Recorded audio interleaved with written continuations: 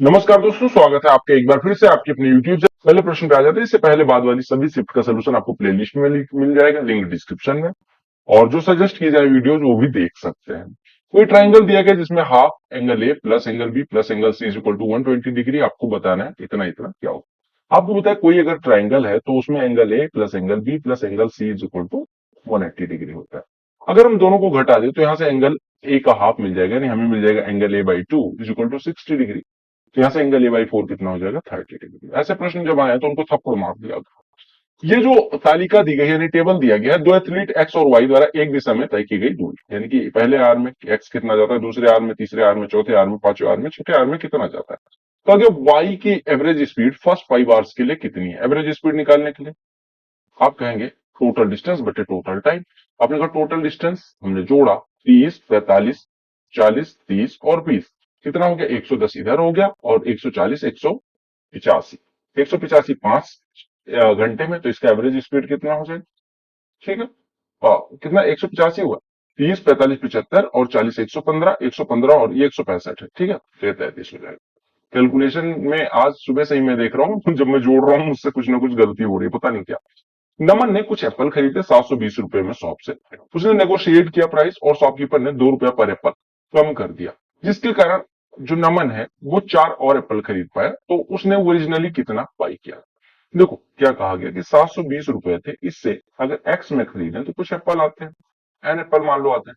अगर हम x minus two में खरीदे तो एन से 4 एप्पल ज्यादा आते हैं। पहले क्या होता था, पहले ऐसे आ जाता था कि कुछ स्टूडेंट हैं, अगर प्रत्येक सीट पे एन स्टूडेंट्स बैठे हैं तो एक सीटें भरती हैं। अगर हर सीट पे एक एक स्टूडेंट बढ़ा दिया जाए तो दो दो मतलब सीट, 2 सीट कम पड़ जाती है या 2 सीट ज्यादा हो जाती है। तो आपको नंबर ऑफ स्टूडेंट निकालना भी।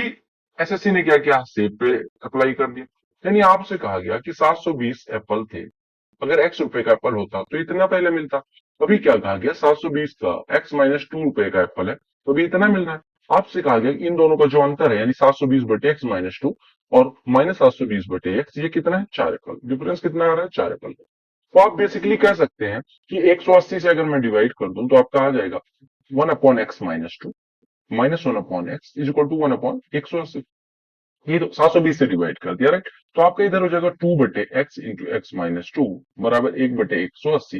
यानी कि 180 गुड़े 2 360 बराबर x into x minus two. तो x बराबर 20 हो जाएगा, क्योंकि 20 गुड़े 18 360। ये 360 के दो ऐसे फैक्टर जिनको घटाने पे दो आए, 20 और 18 हो जाएंगे, ठीक है। तो शुरू में कितने एप्पल खरीदेगा, 20 रुपए का एप्पल रहेगा 720 में, कितने एप्पल खरीदेगा, 720 बटे। अगर टैंक जो है 3 पाइप द्वारा अलग अलग फ्लो रेट पे फिल किया जाता है। फर्स्ट 2 पाइप जब साथ में काम करती हैं तो वो सेम ड्यूरेशन में फिल कर पाती है जितने में तीसरा अकेले कर देता है। यानी कि हम कह सकते हैं फर्स्ट और सेकंड मिलके थर्ड के बराबर काम करते हैं, इतना सी बात दी गई। तो अगर सेकंड पाइप टैंक को 5 घंटे कम में भर सकता है पहले पाइप की तुलना में। यानी अगर हम बात करें ये भाई साहब x+5 टाइम लेते हैं तो ये x घंटे में पूरा भर देते हैं। At 4 hours slower than the third pipe, यानी कि थर्ड पाइप से 4 घंटे फिर भी स्लोअर है, यानी कि जो थर्ड पाइप है वो इससे 4 घंटे और कम लेता है। तो आपसे कहा गया फर्स्ट पाइप द्वारा टैंक को भरने में कितना टाइम लेना है, यानी आपको x+5 की वैल्यू कैलकुलेट करनी है। आपको पता है अगर ये x+5 घंटे में पूरा भरता है तो 1 घंटे में 1/x+5 भरता है। ये x घंटे में पूरा भरता है तो 1/x। हमने कहा कैपेसिटी का तुलना कर दिया तो वो आ गया 1/x-4।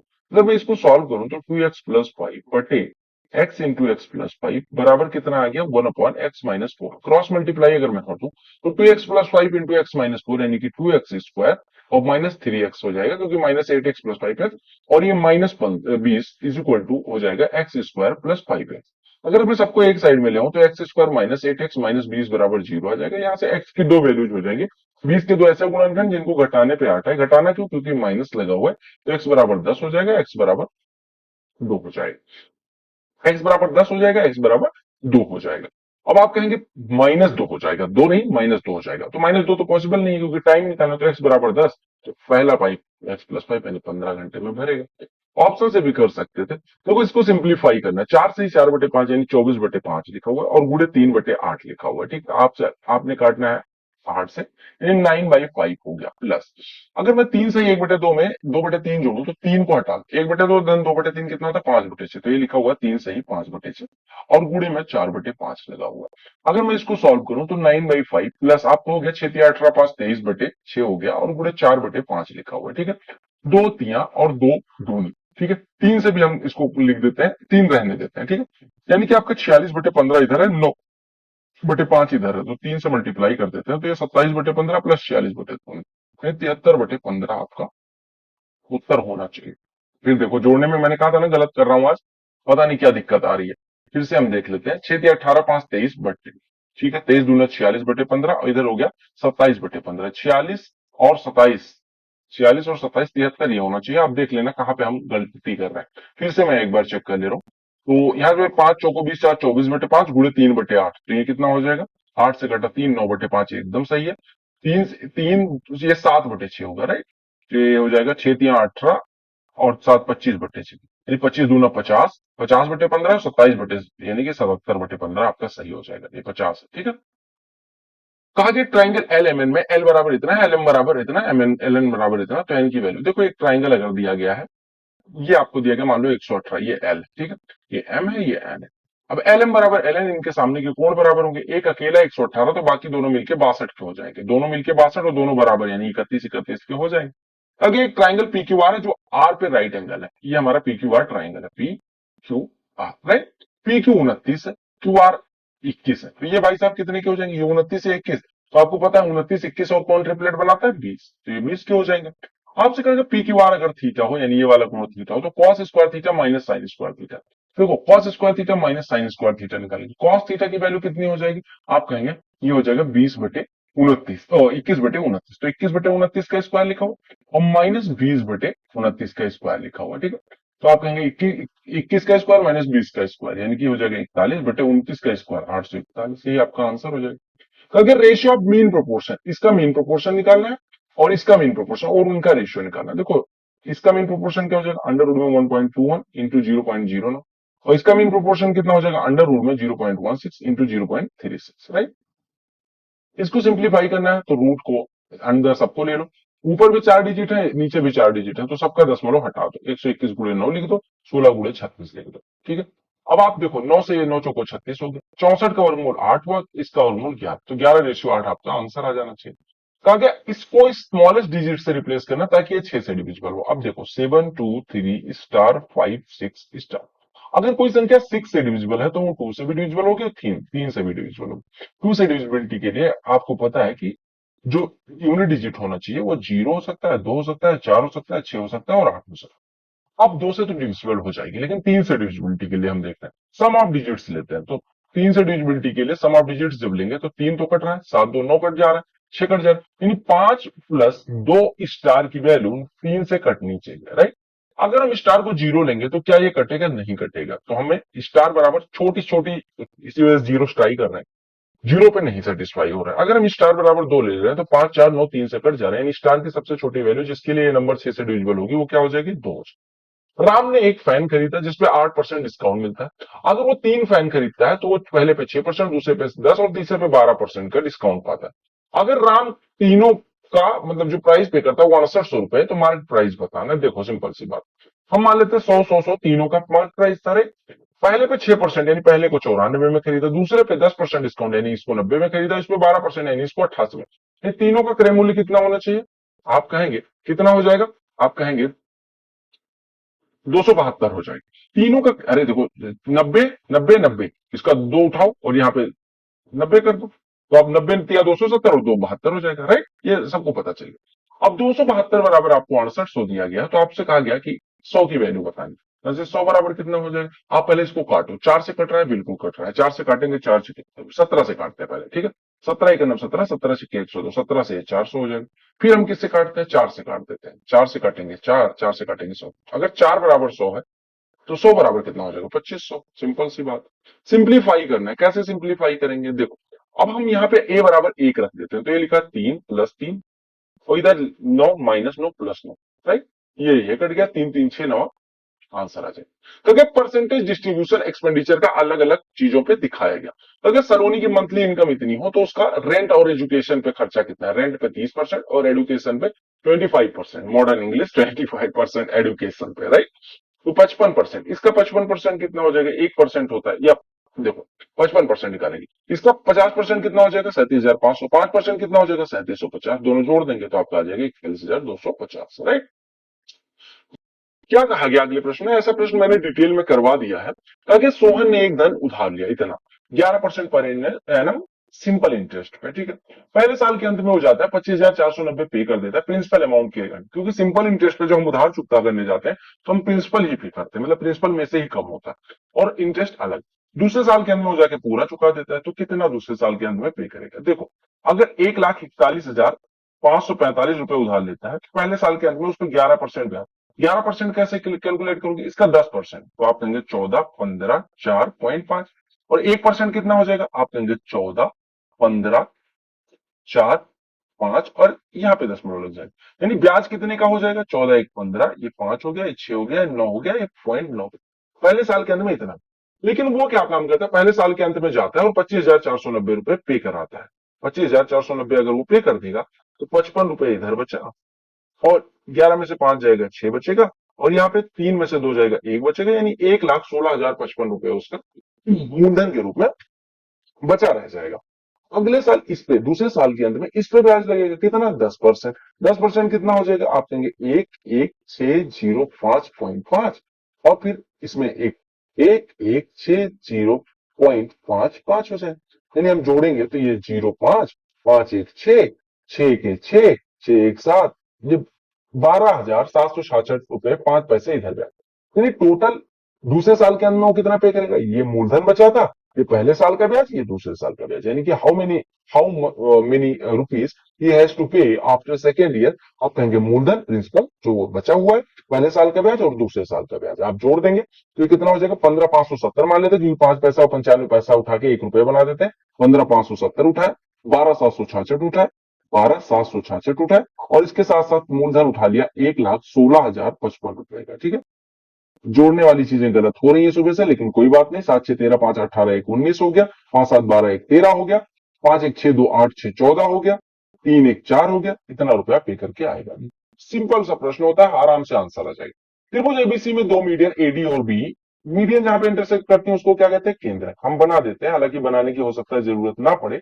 एबीसी में एक एडी मीडियन है, मीडियन मतलब ये दोनों एक पार्ट, और B, this one is B, right, ये जी पे इंटरसेक्ट करती है राइट एंगल, ये दोनों राइट एंगल पे, ये चारों राइट एंगल है, ठीक है। तो एडी बराबर 12 है, एडी पूरा 12 है, आपको पता है ये केंद्रक हो जाएगा मीडियन, तो दो रेशियो, केंद्रक जो होता है सेंट्रॉइड जो होता है 2:1 के रेशियो में डिवाइड करते हैं, यानी एजी 8 हो जाएगा और ये 4 हो जाएगा, राइट। आपसे कहा बी बराबर 9, बी पूरा 9 है, तो ये 2:1 के रेशियो में डिवाइड होगा, तो ये 6 हो जाएगा, ये 3 हो जाएगा। तो आपसे कहा गया एबी की लंबाई ज्ञात करो, अब एबी की लंबाई कैसे आएगी, आपने कहा देखो ये राइट एंगल पे काटती है, यानी ये वाला एंगल राइट एंगल, एक भुजा 6 एक भुजा 8, तो ये भुजा 10 हो जाएगी। क्योंकि एक क्लास है 30 स्टूडेंट की जो अपियर होती है टेस्ट में, 12 स्टूडेंट का एवरेज 62 है, और रेस्ट का यानी कि 18 लोगों का एवरेज 74 है, तो आपको बताना है पूरे क्लास का एवरेज कितना होगा। देखो 62 74, इनका एवरेज अगर एक्स हो तो एक्स में से 72 इधर घट जाएगा, या ऐसे छोड़ो, ठीक है। अब इनके संख्या का अनुपात देखो, 62 और 74 का अनुपात 12:18, यानी कि 2:3, यानी आपको क्या काम करना है, 62 और 74 का डिफरेंस लेना है, कितना होगा 12 को 5 रेशियो में डिवाइड करना है, 5 रेशियो में अगर डिवाइड करेंगे तो 2.41 रेशियो की वैल्यू आ जाएगी, यानी कि हमें इधर 74 में से कुछ घटाया गया तो 4.8 है, या हम कहें 62 में कुछ जोड़ा गया तो 3 रेशियो यानी 7.2 के बराबर है।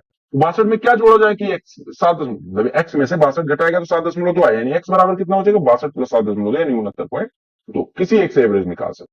जो टेबल है, in number of bananas produced by 5 farms over 4 years, 4 सालों का आपको डेटा दिया गया, तो what is respective ratio of the dozens of bananas produced by farm M to farm P in year 2022, year 2022 में एम और P का ratio, M और पी इन दोनों का रेशियो लिखा गया, तो आप कहेंगे 17,652 बटे 16,404, किससे कट रहा है, आपने कहा 4 से तो कट ही रहा है, 4 से काटेंगे तो 4 चौको 16, 4413 हो जाएगा, 4 से काटेंगे तो कितना हो जाएगा 4101 हो जाए। फिर 3 से कट रहा है, 3 से काटेंगे तो 1367, 3 से काटेंगे तो 1471। P sign A minus cos A इतना है, तो इसकी वैल्यू अब यहां से हम कह सकते हैं पी इज इक्वल टू कितना हो जाएगा, 1 प्लस कॉस ए और अपॉन साइन ए। राइटिंग सुंदर कर दो, चलो कोई बात नहीं। तो यहां से P square minus one upon P square minus 1 plus P square into cos A की वैल्यू पूछी। देखो हम क्या काम करते हैं, क्योंकि हमारे ऑप्शन देखो सारे इंटीजर है, तो हम ए की वैल्यू कुछ मान लेते हैं। ए बराबर हम मान लेते हैं 60 डिग्री, या हम माने क्या माने, 60 डिग्री हम मान लेते हैं, राइट। ठीक, 60 डिग्री अगर हम मान लेंगे तो ये 1 + 1/2 यानी कि 3/2, ये कितना हो जाएगा 3/2 हो जाएगा। और ये कितना हो जाएगा √3/2, तो 2 कट जाएगा, यानी पी की वैल्यू हो जाएगी √3। पी की वैल्यू √3 रख देते हैं, तो √3 का स्क्वायर 3 माइनस 1 3 4, तो इंटू कॉस ए की वैल्यू cos 60 यानी 1/2, 3 माइनस 4 इंटू 1/2 यानी कि 3 माइनस 2। आपका उत्तर कितना हो जाएगा 1, राइट। एक बोट 54 किलोमीटर अप स्ट्रीम अगर 6 घंटे में जाती है, तो हम कह सकते हैं अप स्ट्रीम स्पीड कितनी हो जाएगी, 54/6 यानी कि 9 किलोमीटर प्रति घंटे। अप स्ट्रीम स्पीड होती है कितनी, बोट की स्पीड माइनस स्ट्रीम की स्पीड। कहा गया स्पीड ऑफ स्ट्रीम, अगर स्ट्रीम की स्पीड 4.8 है, तो यहां से बोट की स्पीड कितनी हो जाएगी, बोट बराबर हो जाएगी 9 + 4.8 यानी कि 13.8 किलोमीटर प्रति घंटे। तो क्योंकि बोट जो है 279 किलोमीटर डाउन स्ट्रीम ट्रेवल करने में कितना टाइम है, देखो डिस्टेंस कितनी है 279 किलोमीटर, आपको डाउन स्ट्रीम जाना है, तो आपने कहा डाउन स्ट्रीम स्पीड कितनी हो जाएगी, बोट की स्पीड प्लस स्ट्रीम की स्पीड, यानी 13 4 17 एक 18.6 से डिवाइड कर देंगे, तो ये कटा, ये 0 आ गया। 6 से काटे, 31 से काट लेते हैं, 31 छक्के 31 से काटेंगे 90 आ जाएगा, 9 6 में डिवाइड करेगा, 90 में 6 डिवाइड करेगा 15 घंटे आएंगे।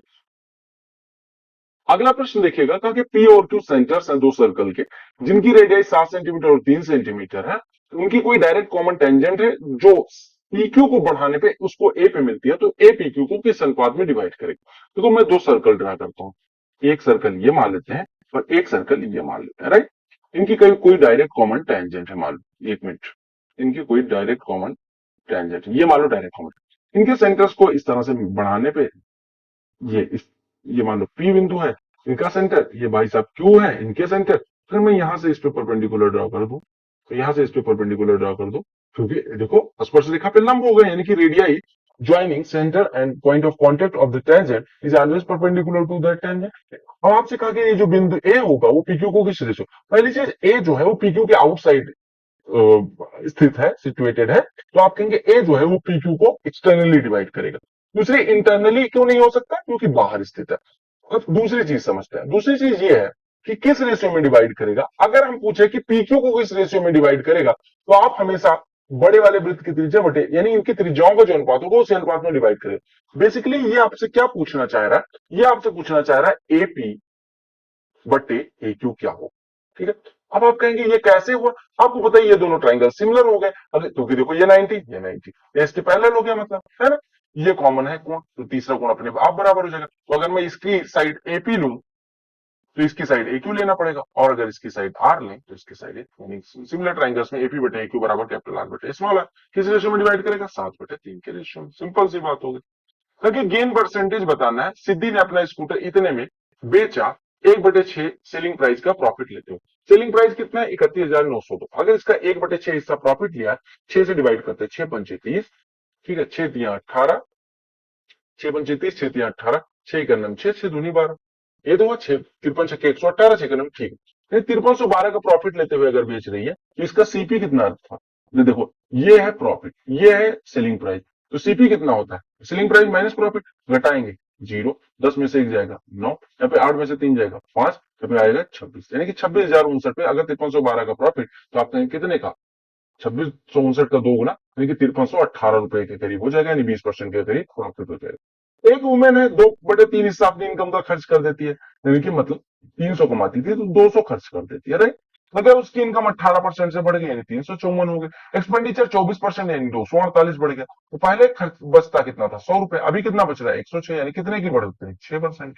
एक क्यूबॉइड का डायमेंशन इतना है, इसको कितने आइडेंटिकल लार्जेस्ट क्यूब में डिवाइड किया जा सकता है। अब आपको अगर ये निकालना है तो कैसे निकालेंगे, कितने समान सबसे बड़े घनों में विभाजित किया जा सकता है। आप पहले ये देखो, हम 50 150 और 175 का अगर हम एचसीएफ लेने जाएं तो कितना हो जाएगा, आप कहेंगे 5 से 5 गुणे 30 इसको लिख सकते हैं, 5 गुणे 10 इसको लिख सकते हैं, और 5 गुणे 5 5 गुणे 5 या 15, 5 बचे 25, अब 10 को क्या लिख सकते हैं, 5 गुणे 2 लिख सकते हैं, इसको लिख सकते हैं 5 गुणे 6 लिख सकते हैं, और इसको 5 गुणे 7 लिख सकते हैं, राइट। अब आप कहेंगे कि इसको कितने घनों में डिवाइड किया, मैक्सिमम साइज क्या हो सकती है, 25। ठीक है, एक घन आपको कितने समान सबसे बड़े घनों, यानी कि हमें एचसीएफ मिला वो 25 मिला, यानी हम 25 भुजा ले सकते हैं। अब हमें मैक्सिमम साइज के घन निकाले कितने होंगे, तो हम कहेंगे एक घन का आयतन, आप कहेंगे देखो मान लो ये क्यूबॉइड था आपका, एक मिनट, अभी तक 2D में आता था, अभी 3D में पूछने लगा। हमें क्या काम करना है, हमें निकालना है सबसे बड़ा घन क्या बनाया जा सकता है इसे, तो हम क्या काम करेंगे, तीनों साइड के ऐसे, तो देखो मान लो ये छोटू छोटू सा इतना, ये मान लो एक घन मैक्सिमम साइज का ये मिला। अब पूछे इसमें से कितने ऐसे घन निकाले जा सकते हैं, तो आप कहेंगे बड़े वाले का वॉल्यूम बटे स्मॉल का वॉल्यूम आ जाएगा टोटल। तो हमने कहा बड़े वाले का वॉल्यूम कितना है, 50 गुणे 150 और गुणे 175, और छोटे वाले का कितना हो जाएगा, 25 का क्यूब यानी 25 गुणे 25 गुणे 25। तो आपने कहा 25 से काटा ये 2 आया, ठीक है, 25 से काटा ये 6 आया, 25 से काटा तो ये 7 आया, तो 7 छके 42 दूना 84 घन बनाए जा सकते हैं, सिंपल सी बात होगी। एक्स प्लस 1/9x, अब आपको यहाँ पे 9x² प्लस 1/9x² निकालना है, यानी कि 3x² प्लस 1/3x² निकालना है, राइट। तो अगर हम यहाँ से 3 से मल्टीप्लाई कर दे तो आपका आ जाएगा 3x प्लस 1/3x बराबर 9। अगर ये 9 है तो इसका स्क्वायर, 9 का स्क्वायर माइनस 2 हो जाए। सबसे अगले प्रश्न में क्या कहा गया, जो ये आपको डेटा दिया गया है वो टोटल इंपोर्ट 5 कंपनियों का 5 सालों में दिखाया गया, यानी आपको दिया गया इंपोर्ट का डेटा। अब आपसे प्रश्न में क्या कहा गया, यानी अलग अलग सालों में कौन कौन सी कंपनी कितना कितना इंपोर्ट करती है वो आपको दिखाया गया, राइट। तो आपसे कहा क्या गया, टोटल एक्सपोर्ट कंपनी का 2013 में 300 लाख था, तो आपको बताना है कि प्रॉफिट या लॉस कुल कंपनियों का मिला के कितना। सबसे पहले आपको फोकस किस साल पे करना है, 2013 पे। हम निकालते हैं इंपोर्ट कितने का था, यानी कितने का माल मंगवाया, 30, 60, 90, 70, 160, 90, 250 और 15, 265, यानी 265 लाख का हमने माल मंगवाया, यानी इंपोर्ट किया। और एक्सपोर्ट कितना है, 300 लाख का, तो प्रॉफिट कितने का हुआ, माल माल 265 का मंगवाया, बढ़ाया 300 का, तो 35 लाख का फायदा। ये ट्रिगोनोमेट्रिक रेशियोज के बीच में लिखना है। आपको एक चीज पता होगा कि sine A is equal to cos B होता है, अगर यहां पे लिख लेना इफ ए प्लस बी बराबर 90, ठीक है, ये सबको पता होगा। और ऐसे अगर हम बात करें तो tan ए बराबर कॉट भी होता है, अगर सेम चीज ए प्लस बी बराबर 90। तो साइन 74 को साइन 90 माइनस 16 यानी कि कॉस 16, tan 74 को tan 90 माइनस 16 यानी कॉट 16 के रूप में लिखा जा सकता है।